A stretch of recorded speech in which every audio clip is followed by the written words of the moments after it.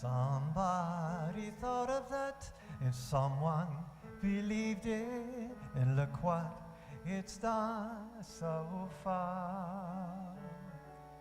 What's so amazing that keeps us stargazing, and what do we think we might see? Someday we'll find it, the rainbow connection, the lovers, the dreamers, and me.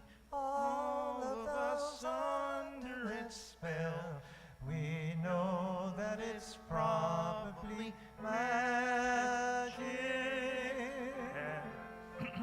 Have you been half asleep, and have you heard voices?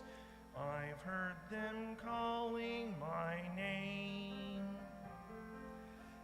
Is this the sweet sound that calls the young sailors? The voice might be one and the same. I've heard it too many times to ignore it. It's something that I'm supposed to be. Someday we'll find it, the rainbow connection, the lovers, the dreamers, and me. La da da da dee da da do, la la da da dee da do. Thank you, Tim.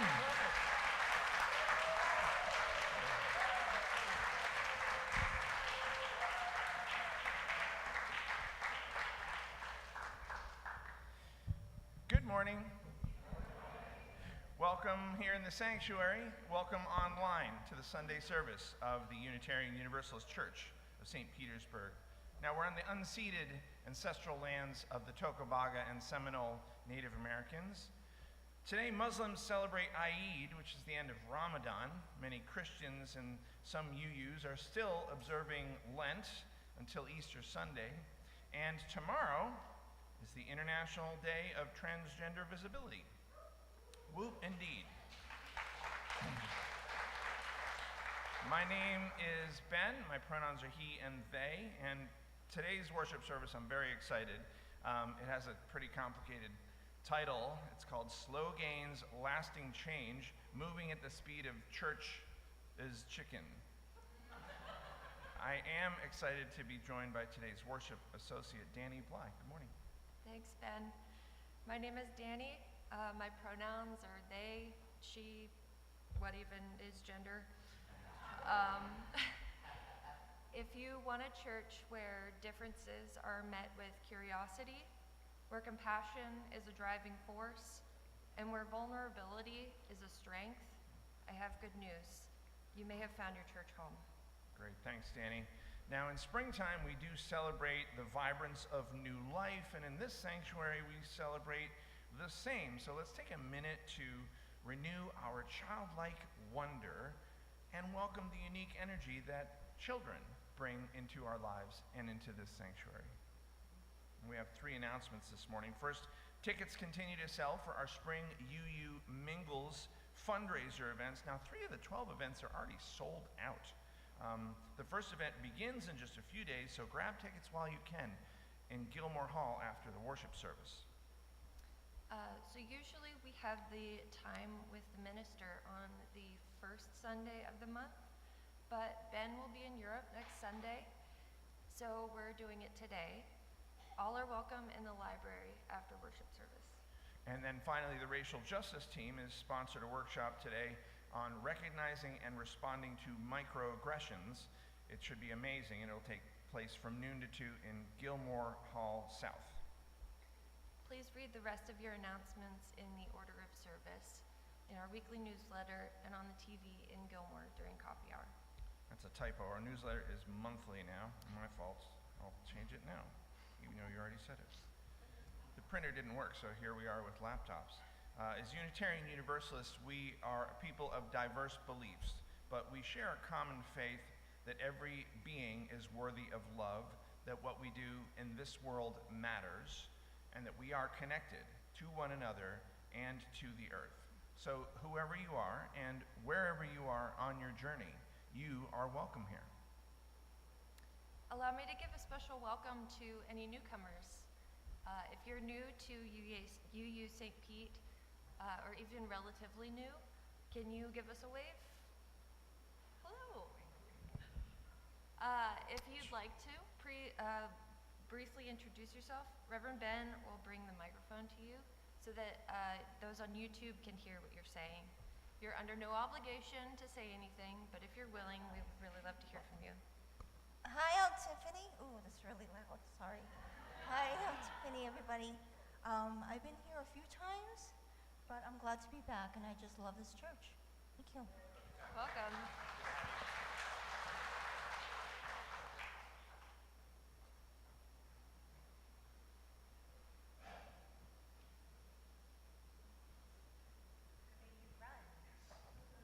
Hi everyone, I'm Samia, and I'm here accompanying my very good friend Lila and her beautiful mother Sula, who I know has been a member of this church for a long time. It's an honor to be here. Good to see you, Sula.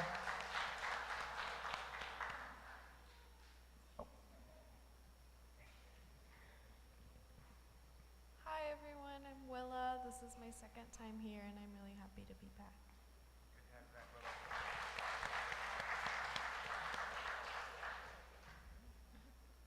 Going once? Going twice? Okay. Thank you all for sharing. And thank you all for silencing your cell phones. Regarding masks, we encourage you to wear one if you're comfortable. Now is the time for us to turn and greet our neighbors. Say hello to someone new today, and please remember to get consent if you're going to hug or shake hands.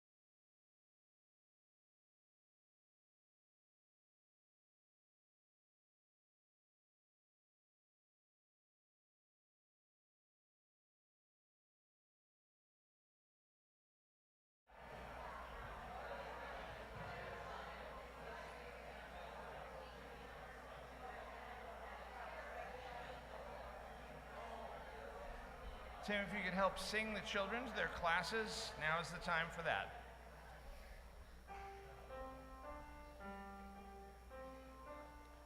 Go now in peace, go now in peace. May the spirit of love surround you everywhere, everywhere you may go. Now please rise as you're willing and able for our first hymn. It's not Come and Go With Me, it is actually the Fire of Commitment, but the number is 1028 in the teal hymnal. Yeah, come and go with us to the fire of commitment. It's good.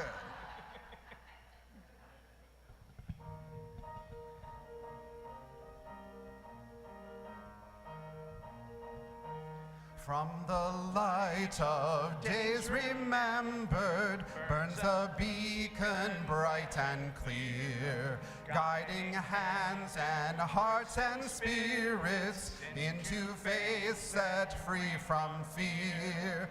When the fire of commitment sets our mind and souls ablaze, when our hunger and our passion meet to call us on our way, when we live with deep assurance of the flame that burns within, then our promise finds fulfillment and our future can begin.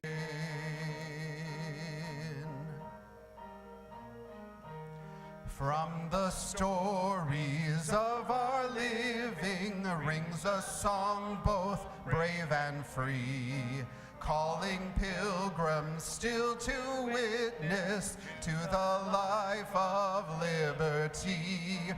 When the fire of commitment sets our minds and souls ablaze, when our hunger and our passion meet to call us on our way, when we live with deep assurance of the flame that burns within, then our promise finds fulfillment and our future can begin.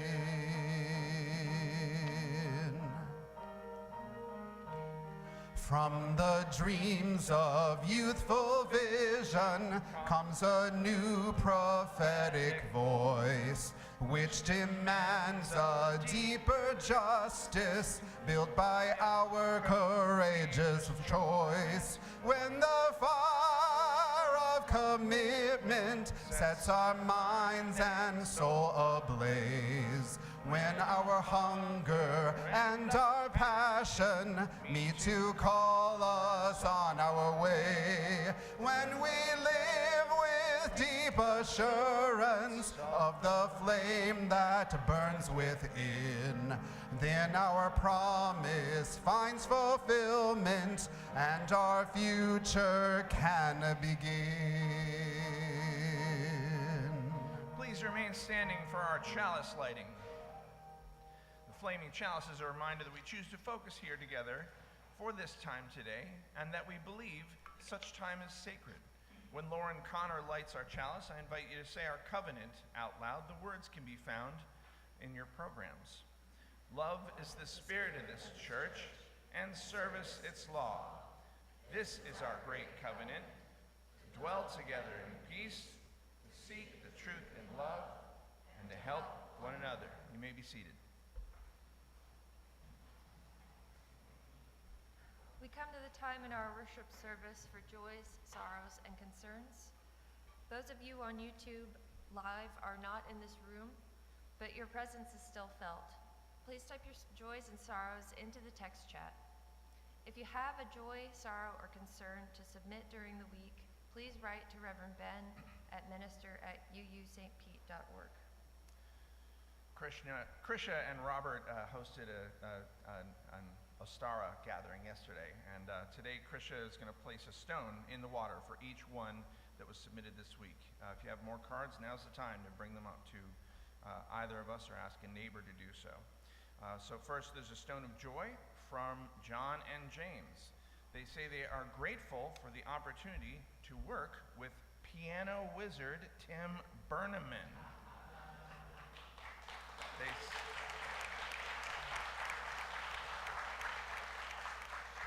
We're going to get a lot of this today. They say, what a compassionate, funny, gentle, and ego-free human being. We love you, Tim.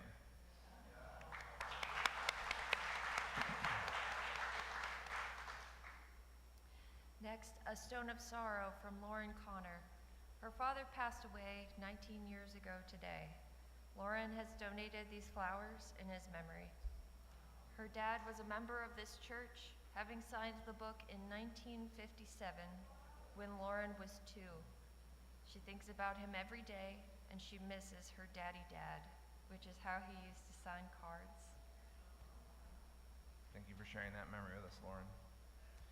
Next, a stone of joy from the nominating committee in celebration of John Motter and Kelly Patton, both of whom are here. Now, each week, you know, we celebrate an individual or a team who has worked hard to do our mission, and the NomCom and I wanted to recognize these two, Kelly and John in particular, along with the other volunteer leaders who have served as board members and officers and have fulfilled their full terms. So thanks to both of you.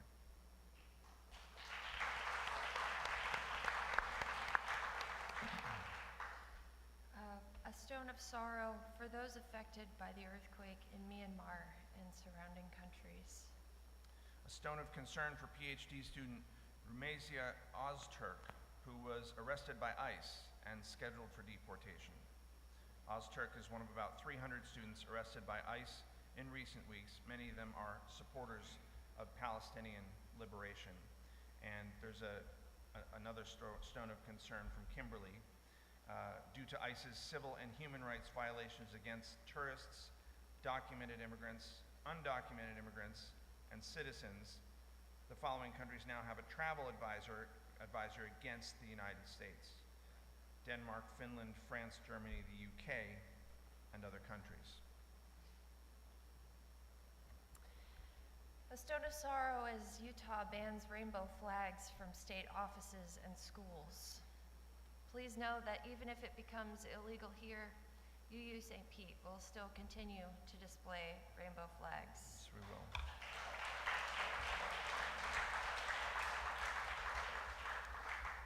A stone of joy and sorrow from Liz Ryland. A huge thanks to, you guessed it, Tim Berneman for the joy he has brought to us through the splendid piano and organ playing. Liz says Tim and John and James have brought such a high level of music to us that will always keep them in their hearts with great appreciation and love.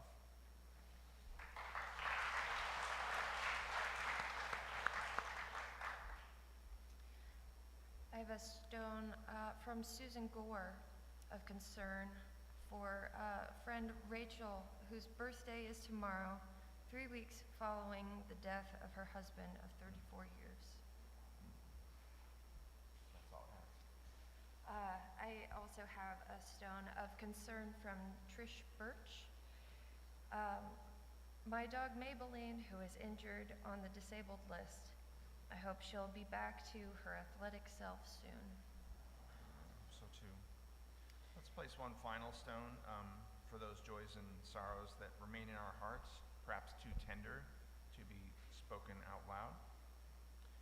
This week's responsive reading is in your order of service, and it actually comes from the draft of our community covenant.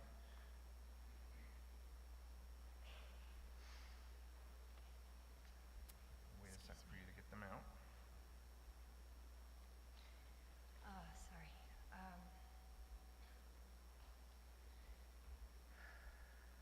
Top of page 7. Participants in the Unitarian Universalist Church of St. Petersburg community come together out of a common belief that what we do in this world matters. Love is the spirit of this church, and service is its law. Since a healthy and vibrant community depends upon our adherence to a common congregational covenant. We expect, I think that's just Danny, yeah. excuse me, we expect all community participants, church members, church staff, church volunteers, and church visitors to commit to the following practices as a part of our great covenant. Here we go. To dwell together in peace. I will celebrate diversity, inclusivity, and opportunities to learn and grow. I will strive to experience myself and other community members as multi-dimensional individuals, complex and filled with value. I will not speak to anyone in a hateful, harmful, or hurtful way. I will hold accountable anyone who behaves in ways counter to this covenant. Thank you, Danny. Thanks, everyone. And the mystery is that we are connected even when we feel apart. So let's rejoice in our beloved community that makes of the many one. And let's take about a minute of silence together.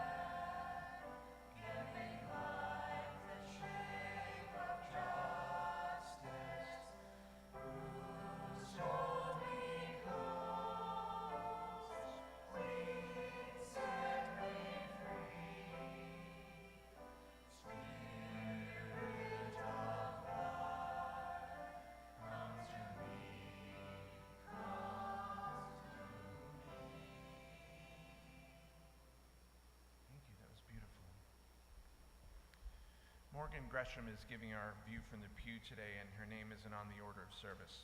But I am grateful for your willingness, Morgan, to speak about the UUA General Assembly, and I hope many of you will be so inspired that you will attend this June in Baltimore. Good morning. Reverend Ben asked me to say a little bit about why I'm excited to be going to General Assembly. And while there are many reasons, the three I'm going to focus on are the opportunities to learn what other congregations are doing, the opportunities to connect more deeply with members of our own congregation, and the joyfulness of experiencing worship with nearly 3,000 UUs.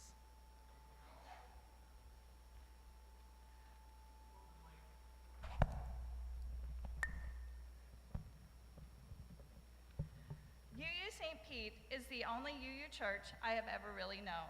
I've attended a few services at UU Clearwater and Tarpon Springs, the Spirit of Life congregations, but essentially, my experience here is my understanding of how to worship as a UU.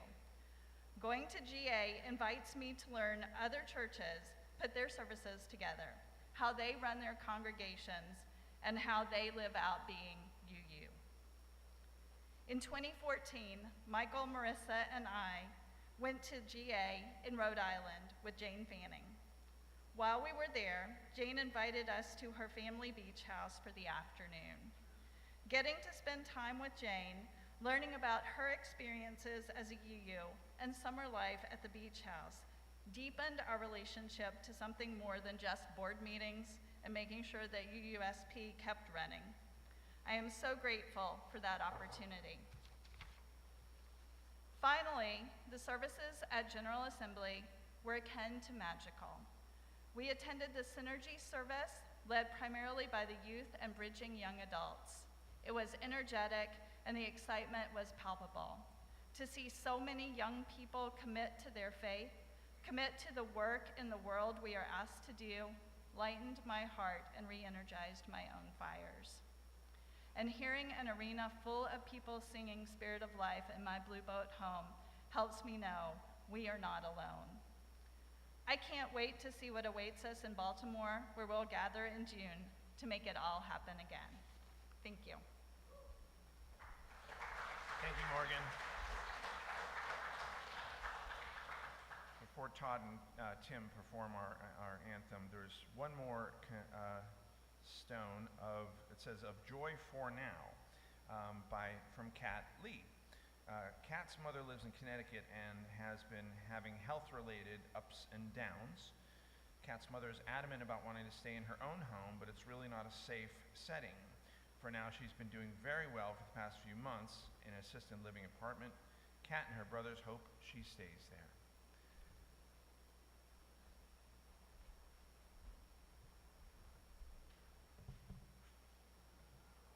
This is a song about a character in a musical called The Outsiders, which happens to be coming to Tampa next year. And the character has great expectations, based on the famous book about how life could be, about the amount of trust and love he is hopeful in the world. Excuse me, Mr. Dickens, I've got something on my mind. I've tried, but I can't seem to let it go. Lately I've been thinking about that little orphan boy whose parents died and left him all alone. Then an outlaw came one fateful day, and standing at his parents' grave, and offered him another way to climb. And now I wonder, is that orphan story's mine? All these great expectations meet these grave revelations. Am I the one in control? Is it all predetermined? Am I playing a role? Part of a story foretold. Darryl was on his way up in the world. Everyone knew he'd go far. Life came along, it had different plans. How quickly a dream falls apart. Johnny had no kind of chance in this world, not from where he had to start. Who knows how far in this life he could go if he played a different part. I look around at all of my friends and still I feel alone.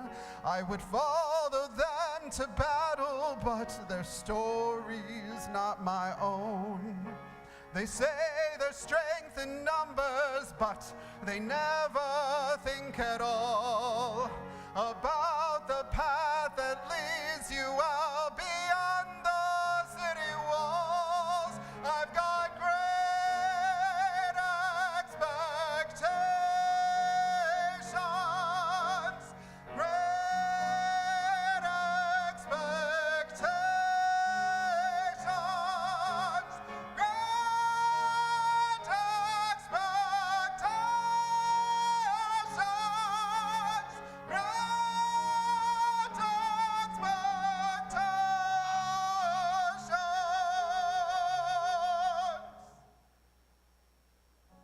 Torn between what is and what could be. It's hard to write the story when the story's writing me. When this great expectation meets this grave revelation, Maybe this cover's not yours. When the book's full of creases and you see that the grease is telling a story, but you've heard that one before, so you fight just to show them that you're not all the same, that under the cover there's more.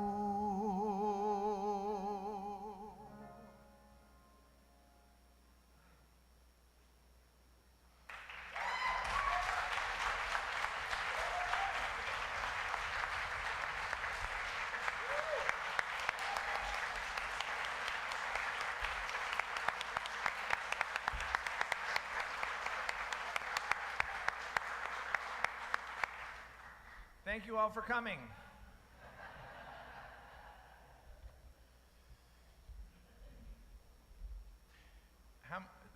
The visitors are like, is he really done? No, I'm not done, sorry. How many of you have eaten at a Church's Chicken? Okay, how many of you have eaten at the Church's Chicken on 35th Street and 26th Avenue South in St. Pete? All right. I first moved to Florida 4 years ago, and I used to drive by that one every day. It was on the highway exit, right where I would go to where we lived in South St. Pete. Same exit now that we live in Gulfport, and there were always long lines, and I was like, what do they do there that makes a long line like that happen? Their chicken must be amazing. So one day the line was shorter, so I pulled in, and the experience was disappointing. I mean, the chicken was great, was delicious, but the drive-through speaker didn't work very well. They were out of some of the menu items. They got some of my order wrong, and the food took forever. So I tried again the week after. Same results, but still the food was good. So I thought maybe it's the drive-through. So I parked, I went inside. It still took forever. They were still out of some menu items, but the folks working there were kind, were hilarious. I really enjoyed getting to know them. I had fun conversations with people in line too. I don't know if you've had this experience as well at that Church's Chicken or at other Church's Chicken. And I realized it's not fast food, even though it has a drive-through. So I stopped there for the food, but I also stopped there for this relational experience. I look forward to the folks that I now know who work there, to the conversations with the people in line. I don't stop there if I'm really hungry. I'll stop there if I can tell I'll be hungry soon.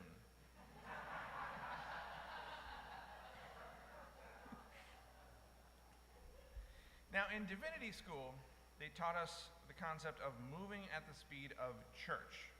Now, the phrase refers to changes taking longer than you think they will in a church community, whether it's overall patterns in the church of unintentional exclusion, of ways of resolving or ignoring conflict, or even simple things like how the banners are hung on the wall. It takes longer than you think it's going to take. We don't have a conflict about the banners on the wall. I saw some visitors was like, what's wrong with the banners? But everything you think is going to take X amount of time takes X plus 10 amount of time, moving at the speed of church, especially if the change makers want buy-in from the majority and want the change to last. Now, you all took a moment, and thank you for taking a moment to say parts of our draft community covenant, and 40 of us were there last weekend in the church retreat that Todd facilitated, because he's a man of many talents. 40 of us worked on this thing. The community covenant task force have worked hard on this thing, and they could have just recommended it to the board, who could have just approved it. Maybe we voted on it, voted up or down at our annual meeting, and said, okay, this is what we're doing now. But that's not how they're doing it. Instead, they are proceeding slower, getting input and buy-in from the ground up rather than from the top down. And I believe the results will be a community covenant where most of us can take ownership of it. Most of us were in on the making of it from the ground level. Now, some of us wanted this community covenant, needed this community covenant years ago, and we were eager to get it passed quickly. But I think the decision to move at the speed of church, at the speed of church's chicken, if you will ultimately make the change more lasting. So I'm going to be a relational experience. It's going to take time.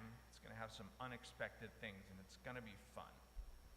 Morgan's General Assembly highlights that she told us just now included relationality, traveling there with her family, spending time with Jane Fanning. So real change usually does take more time than we think it will. And it takes work as well. Frederick Douglass said those who profess to favor freedom yet depreciate agitation are people who want crops without plowing the ground. They want rain without thunder and lightning. They want the ocean without the roar of its many waters. One of the things I've come to appreciate about my now friends at Church's Chicken is the process of how they are making the food. Before, when I was driving around, I didn't know any of that. I just knew I was waiting in my car. Now I see them struggle as the fryer doesn't work, or as the register doesn't work, or I need to have cash because that's not working. And I'm not, rather than being mad, I'm a part of it. Oh, I'm so sorry. This doesn't work. I got time. Take your time. I'll be fine. Those of you new to the church who raised your hand earlier, you might be getting a bit of a sense of who we are. We do not have a creed, and you don't have to believe a specific thing to belong here. But some of you who are atheists or agnostic have shared with me that your vision of a higher power is this community. You don't believe in a divine supreme being, but you do recognize that this community is bigger than each of us, that what we do in this world matters, that we are stronger together. Because of this, you agree that how we are together is more important than what we believe. So yes, all are welcome here. But all behaviors are not. If you're bullying or interrupting, talking about people behind their backs, acting in ways that are contrary to our mission, you'll be asked to stop. You'll be asked to make repairs when possible. And if I do any of those things, and I hope you'll ask me to stop. Ask me to make repairs. I mentioned the board and the Community Covenant Task Force, and I know that some of them are here. Ross, where'd you go? The Community oh, he's working. He's answering the doorbell. Any other Community Covenant Task Force members? Oh, there's Cal Fox. So Cal Fox is on it. Ross is on it. Susan Bernor and Ellen Hayes are on this task force, and I want you to take a moment with me to thank them, and thank you, Cal, for your work on this task force. We really appreciate that. You've already heard from Ross here in the pulpit, and you're going to hear from Cal and the others in the next few weeks. Back to my Church's Chicken analogy for a moment. Sometimes you need the food quicker. And in terms of UU St. Pete, I'll put it this way. Historically, our church has not always been a safe place for BIPOC people. Now remember, BIPOC means Black, Indigenous, People of Color. So in the past, a Black family may come to our doors, and a well-meaning white greeter might say, "I'm so glad you're here. Are you related to Janae?" Or worse. Now, I do believe this is changing, and today's workshop by the Racial Justice Team on understanding and confronting racist microaggressions is an important step in that change. But going at the speed of church is a luxury for that family who no longer comes here. Just came the 1 week. So while this community is taking the time to change, those of us on the margins are still being harmed. I think you've heard Janae talk about being in love with a church that doesn't exist yet. And Todd just sang to us about someone who is torn between what is and what could be, adding it's hard to write the story when the story's writing me. So as we move at the speed of church, as we shape and implement our community covenant, let's realize that the slow speed of our change comes with a cost. Let us repair any harm done while we are moving at our slow speed. And let's make our change solid, deep, rooted, part of who we are as a congregation and as a community. Because in the days to come, we may have more and more people raising their hands at the beginning, more and more people seeking a church where LGBTQIA+ people are welcomed, are honored, where BIPOC people are welcomed and honored, where people who need abortion care are welcomed and honored, where undocumented immigrants are welcomed and honored. A church where it's okay to say gay and teach accurate history. A church where racism and white supremacy is unlearned instead of books about racism being banned. A church that instead of saying trans and non-binary people don't exist, celebrates proudly the International Day of Transgender Visibility, tomorrow and every day. Folks might not even realize they need us until they're here, and they've already found us. Let's get our house in order so we'll be ready for them. Let's treat one another with dignity and respect so that we treat newcomers the same way. Let's educate ourselves.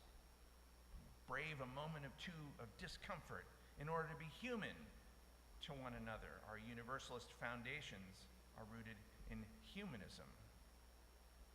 Let's practice what we preach. Stay true to our mission. And let's be a beacon of light and hope in a state and a country that needs it more than ever. So even if you wish the change was quicker, I hope you'll stay with us. Change with us. Even if you wish the change would slow down, move more like the speed of church or the speed of church's chicken. I hope you'll stay with us. I hope you'll move with us, change with us as we develop our community covenant, as we figure out how to shape this house of peace together. Amen. Ashe. Blessed be.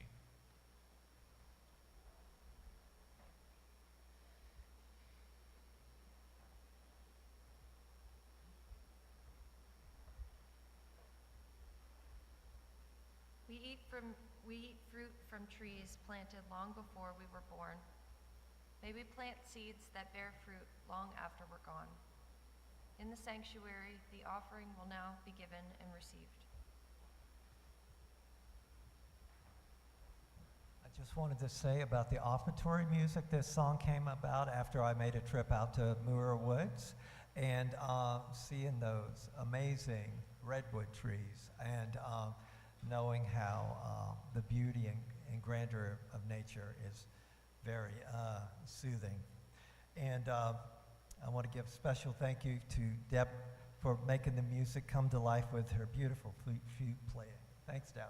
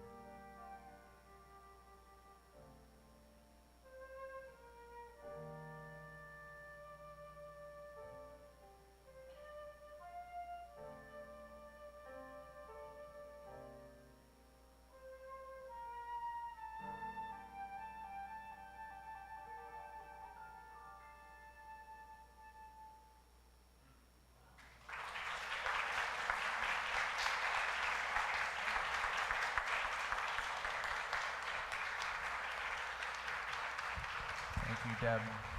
Thank you, Tim.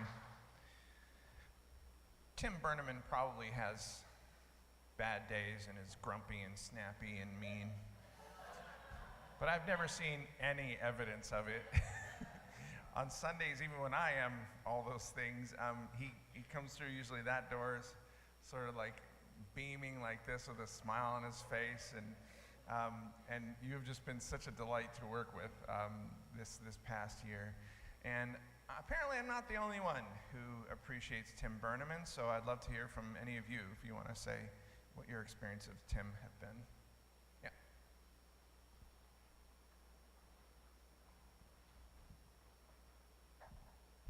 Tim, I just want to thank you on behalf of the Bell Choir, and some of them may want to say a few words too, but your accompaniment has made us sound so good. And I'll miss your smile so much. Thank you for all you've given us here.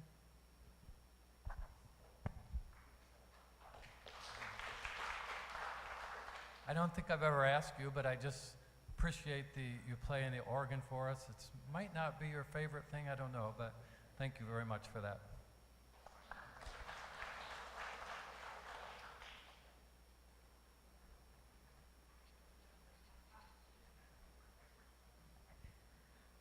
Tim, I know I'm up there a lot, and sometimes I'm running around like a chicken with my head cut off, and you are such a source of peace and joy and grounding.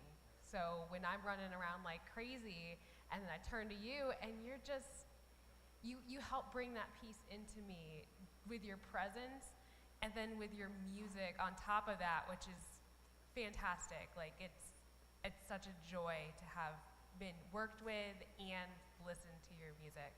Thank you. I just want to say thanks for all the great music, and definitely second what she said about accompanying us in the bell choir. And it's always such a joy to perform music that was composed by somebody I know, so it's really awesome that we've gotten to do that a few times.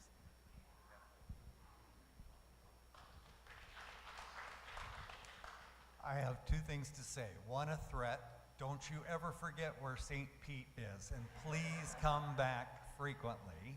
And secondly, for people who have not spoken with Tim personally, I'd like you all to know he truly is just as kind and nice and wonderful as he appears.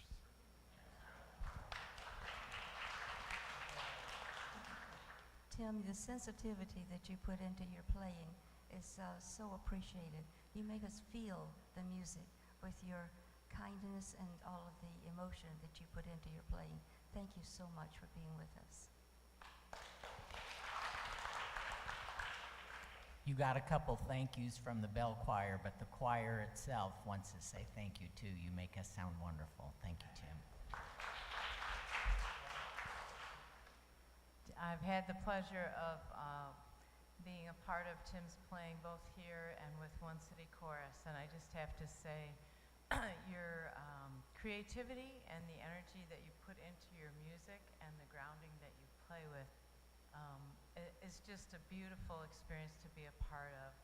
And I also want to say that listening to you and your wife or partner or whatever it is sing together was one of the most beautiful experiences I've had listening to a song. Thank you.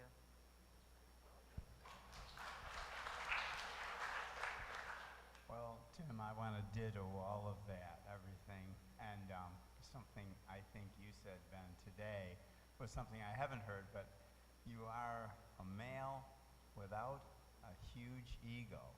And you have a lot to teach all of us, men and women. And I really appreciate and will miss seeing you on a weekly basis. Yep.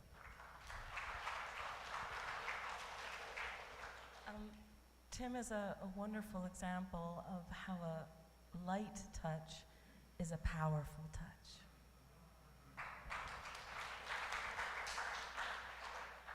Tim, I have to co-sign what so many others have said about just the presence and the peace that you give all of us, and also just that the work that you do in your music was such a huge part of making me want to be here. So thank you.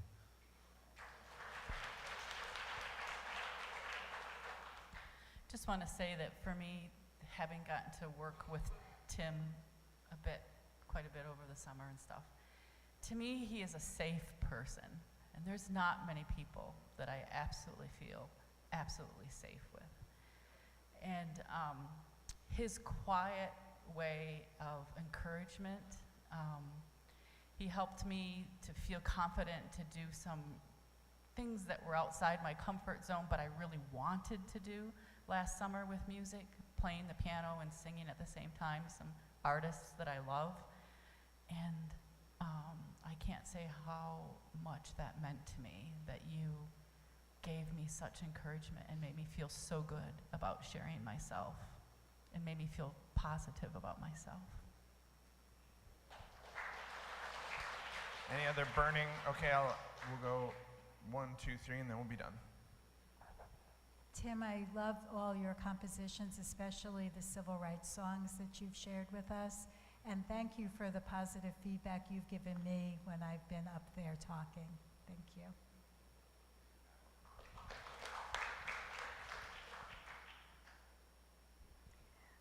Tim, it's really going to be hard to lose you and John and James, all of you at the same time.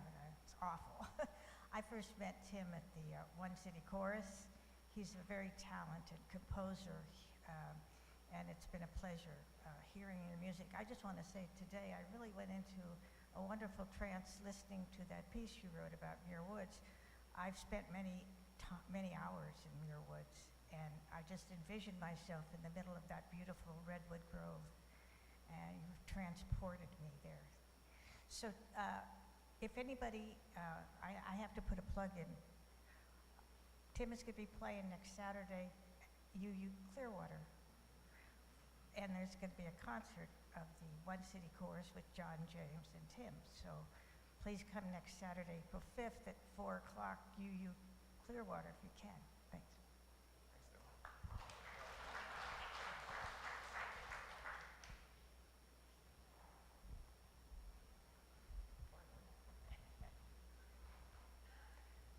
Tim, everyone has said all these amazing things about what a wonderful man you are.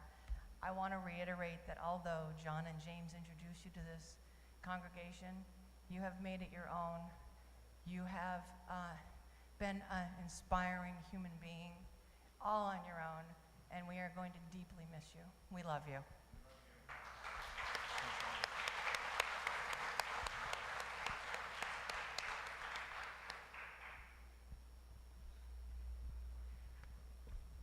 I would say that Tim's legacy is a pretty good example of something that we say every week, that what we do in this world matters. And you've brought a lot of peace and joy to a lot of people, and we appreciate you for that. So everyone, please rise if you're willing and able for our closing hymn. Number 1054 in the Teal hymnal, Let This Be a House of Peace.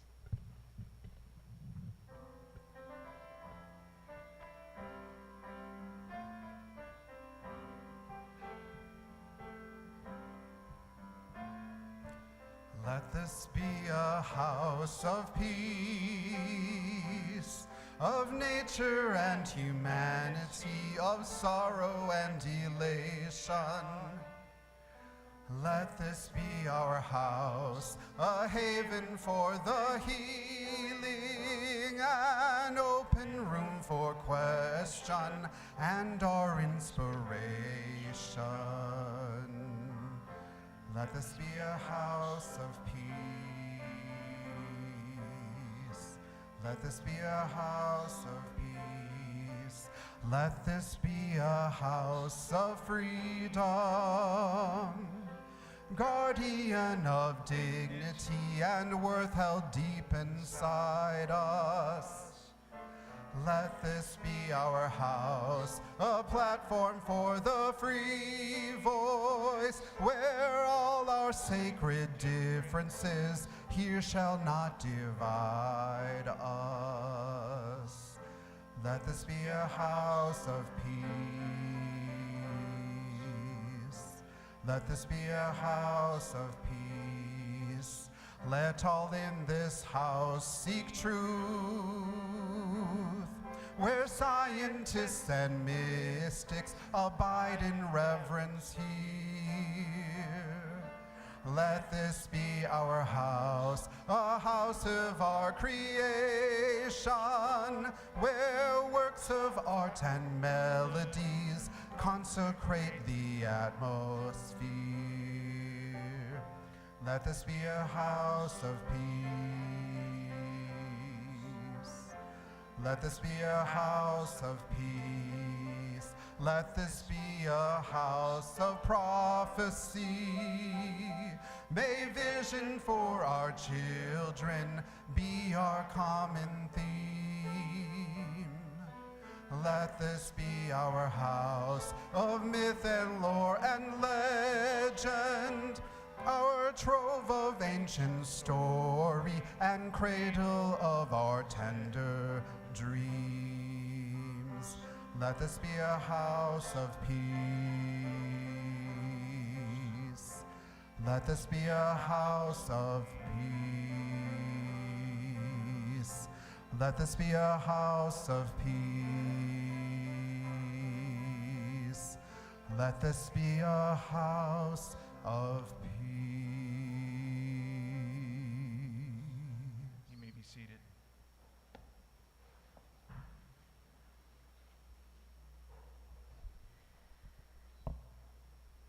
If you're willing, please close your eyes and breathe with me a moment to these words from His Holiness the 14th Dalai Lama. As you breathe in, cherish yourself. As you breathe out, cherish all beings.